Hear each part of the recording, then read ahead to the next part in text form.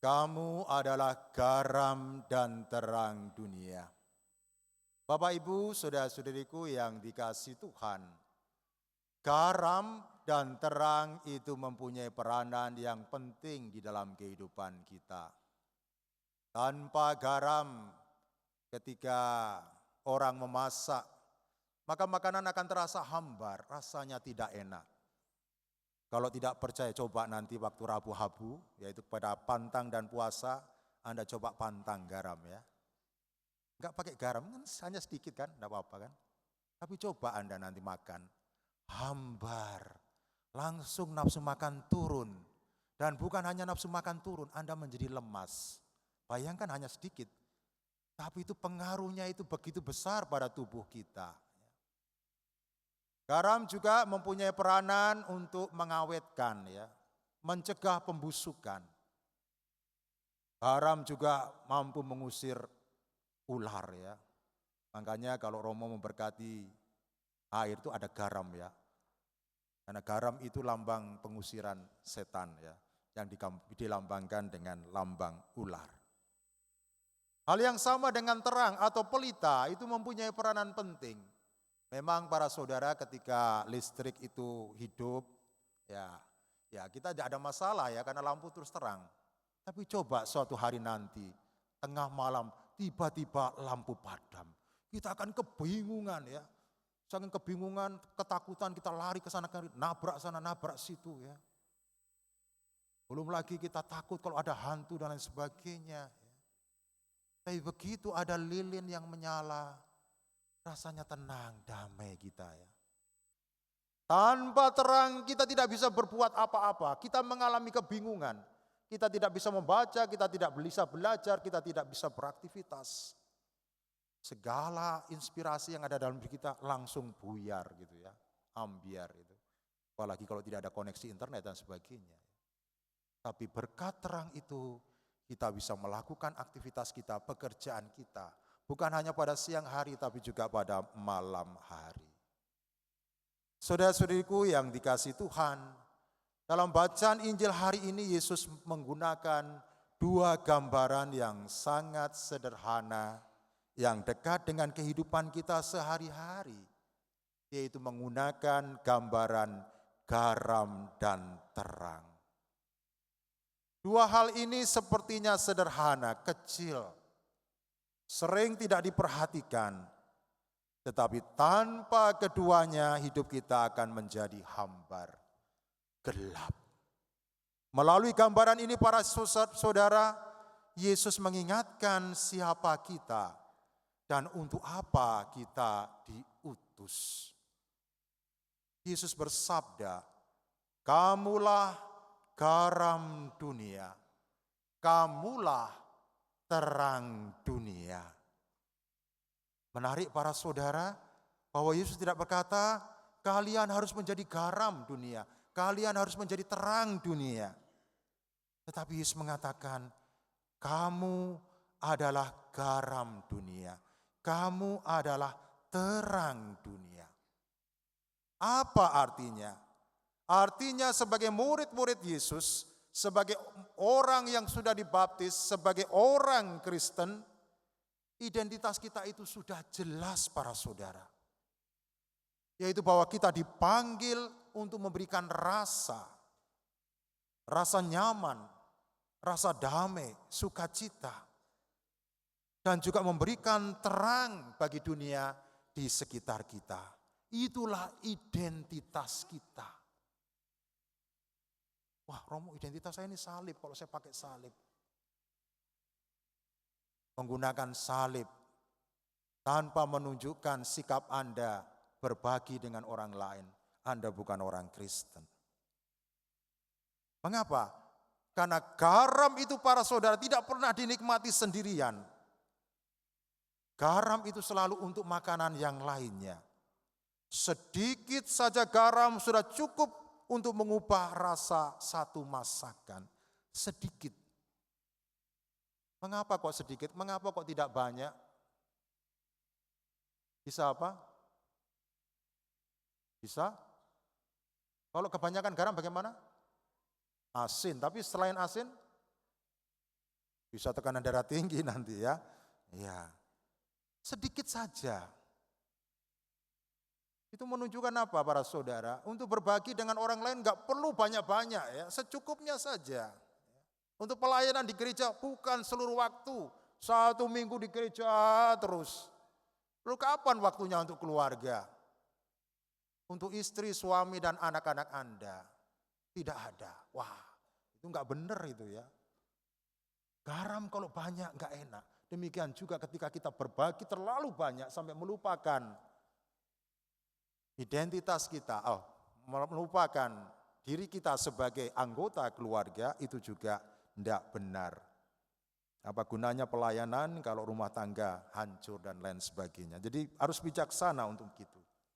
Demikian juga hidup kita, menjadi murid Kristus itu para saudara bukan hanya sekedar tampil mencolok, wah aku hebat, aku bisa berkhotbah, aku bisa bernyanyi, aku bisa kur. Berkoar-koar tentang diri kita, tentang kepandaian kita, tentang talenta yang kita miliki, bakat-bakat yang kita miliki. Tetapi tentang kehadiran yang memberi makna. Sejauh mana kehadiran kita itu bisa menjadi berkat, menjadi pengaruh, membawa pengaruh bagi orang lain. Sejauh mana kehadiran kita itu bisa memberikan rasa nyaman, rasa damai, sukacita bagi orang lain. Lewat tutur kata kita, lewat sikap kita, pilihan hidup kita, dan tindak tanduk kita yang nyata. Itu tanpa sikap kita yang mau berbagi dengan orang lain, tanpa menjadi berkat bagi orang lain, itu sama saja seperti garam. Garam yang tawar ya. Sebenarnya tidak ada garam tawar, garam itu selalu asin ya. Garam menjadi tawar karena garam itu tidak digunakan, hanya ditaruh di lemari saja ya. Tidak ada gunanya garam itu, akan diinjak-injak orang, tidak ada gunanya. Demikian juga kita orang Kristen, murid Kristus. Kalau kita tidak memberikan rasa bagi sesama kita, tidak menjadi berkat bagi sesama kita, kita hanya berbangga, ini loh aku hebat, tidak ada gunanya. Anda seperti garam yang diinjak-injak, dibuang orang karena tidak berguna. Jadi Anda harus seperti garam yang memberi rasa. Bacaan pertama dari kitab Yesaya menjelaskan dengan sangat konkret apa artinya garam yang memberi rasa itu. Tuhan bersabda, puasa yang kukehendaki itu bukan tidak makan, tidak minum, atau memakai pakaian compang-camping. Tetapi puasa yang kehendaki adalah membagikan rotimu dengan orang lapar. Memberi tempat tinggal kepada orang miskin yang tak punya rumah. Dan tidak menyembunyikan diri terhadap saudaramu sendiri. Di sini jelas para saudara bahwa iman yang sejati itu selalu menyentuh kehidupan yang nyata. Iman itu bukan hanya sekedar ditunjukkan lewat doa, lewat ibadat, lewat kegiatan rohani. Itu penting para saudara. Tetapi bukan hanya itu saja. Bukan hanya sekitar altar. Tapi juga harus kepada pasar.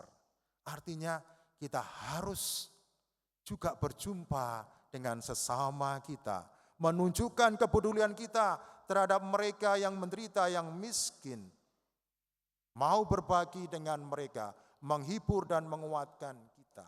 Ketika kita mau berbagi dengan yang lapar, peduli pada yang lemah, dan tidak menutup mata terhadap penderitaan sesama, maka kata Yesaya, terangmu akan merekah seperti fajar. Terangmu akan merekah seperti fajar. Apa yang kamu lakukan itu akan menjadi terang, menjadi inspirasi bagi orang lain untuk juga melakukan hal yang sama. Dan terang itu para saudara bukan hasil usaha kita semata, melainkan buah dari kasih yang diwujudkan di dalam tindakan. Yesus kemudian melanjutkan dengan menggunakan gambaran terang dunia. Terang tidak diciptakan untuk disembunyikan. Lilin yang ada di atas, lilin itu diletakkan di atas altar, bukan ditaruh di bawah altar atau disembunyikan di bawah altar. Kalau itu yang terjadi, lilin itu tidak ada gunanya, tidak bisa menerangi kita. Tetapi terang itu harus diletakkan di atas meja, di atas gantang. Supaya apa? Supaya menyinari semua orang. Artinya apa para saudara? Artinya iman kita tidak boleh hanya berhenti sebagai urusan pribadi saja. Yang penting urusan saya dengan Tuhan. Enggak. Iman itu harus terlihat. Bukan untuk dipamerkan. Oh ini loh aku saleh. Tetapi supaya orang lain dapat juga melakukan apa yang kita lakukan. Dan kemudian memuliakan sang terang itu. Memuliakan Bapa di surga, sumber terang yang sejati itu. Bapak Ibu, saudara-saudariku yang terkasih di dalam Kristus, di tengah-tengah dunia yang sering gelap oleh egoisme, oleh ketidakadilan, dan sikap acuh tak acuh, panggilan kita sangat jelas. Kita dipanggil untuk tidak menjadi tawar, tidak larut di dalam arus dunia yang cenderung tidak baik. Kita dipanggil para saudara untuk tidak menyembunyikan terang, tidak diam ketika kita melihat ketidakadilan, tidak diam ketika kita melihat ketidakbenaran. Kita harus berani bersuara. Walaupun untuk itu kita harus dimusuhi, kita menderita. Tidak apa-apa, kita menderita demi kebenaran. Supaya dengan demikian suatu saat nanti kita juga mengalami kemuliaan Tuhan kita Yesus Kristus. Menjadi garam dan terang bisa dimulai dari hal-hal yang kecil, hal-hal yang sederhana. Misalnya lewat sapaan kita, tutur kata kita yang lembut, senyuman kita yang tulus. Jangan dikira para saudara, lewat kata-kata kita yang lembut, yang tulus itu tidak ada pengaruhnya. Itu pengaruhnya besar sekali. Ketika tatib talak menyapa umat, selamat datang di rumah Tuhan dengan senyuman, itu memberikan kegembiraan ya bagi umat ya. Aku disapa. Apalagi ketika umat yang datang ke gereja itu sedang menghadapi kesulitan, permasalahan. Ada orang yang menyapa dengan tulus. Itu memberikan hiburan, kegembiraan sendiri. Kata-kata yang menguatkan, kesediaan untuk mendengarkan, sesuatu yang sederhana. Tetapi ketika kita mau mendengarkan dengan tulus, sesama kita, saudara-saudari kita yang sedang mengalami kesulitan, apa yang terjadi? Orang itu merasa diperhatikan. Dia merasa bahwa ada orang lain yang memahami kesulitannya. Dan itu akan meringankan bebannya. Memang tidak menyelesaikan masalah, tetapi meringankan bebannya, menguatkan. Terima kasih ya, sudah mau mendengarkan saya. Romo di ruang pengakuan itu juga gak banyak bicara sebenarnya, hanya mendengarkan. Tapi anehnya ketika umat itu keluar, rasa plong sekali ya. Padahal masuknya ketakutan setengah mati. Tapi kita keluar plong ya, karena mau didengarkan. Dan diberikan absolusi, itu yang penting. Kalau absolusinya lupa, memang protes umatnya ya. Absolusinya juga jangan lupa. Jadi itu lewat kata-kata, kesediaan mendengarkan, kejujuran, sikap jujur di dalam pekerjaan, kesabaran dalam keluarga, dan kepedulian terhadap mereka yang tersingkil. Hal-hal kecil ini para saudara mungkin tidak spektakuler, biasa sekali. Tetapi justru di sanalah kebenaran Injil itu menjadi nyata. Mungkin pada kesempatan ini kita bisa bertanya pada diri kita masing-masing. Apakah kehadiran saya di tengah-tengah keluarga, di tengah-tengah umat yang saya layani, di tengah-tengah rekan-rekan kerja saya sekantor, kehadiran saya sungguh-sungguh memberikan rasa nyaman bagi orang lain. Memberikan rasa damai dan sukacita bagi orang lain. Ataukah sebaliknya, orang lain merasa ketakutan. Orang lain merasa gelisah. Ini mau buat apa lagi orang ini nanti? Jangan-jangan kedatangannya membawa celaka. Kalau seorang pastor kehadirannya di tengah umat membuat umat gelisah, ketakutan, wah celakalah itu ya. Maka doa umat adalah gembala pergilah cepat, cepat gitu ya. Dan jangan balik-balik ya. Tapi diharapkan kehadiran kita menjadi berkat. Apakah hidup kita sudah memancarkan terang Kristus yang senantiasa memberi inspirasi bagi sesama, yang senantiasa membantu sesama yang sedang dalam kesulitan permasalahan untuk dapat menemukan solusi, membimbing sesama yang hidup dalam kegelapan dosa kembali ke jalan yang benar? Ataukah kita justru menambah kegelapan orang itu? Orang yang sedang menghadapi masalah semakin diperberat masalahnya oleh kehadiran Anda.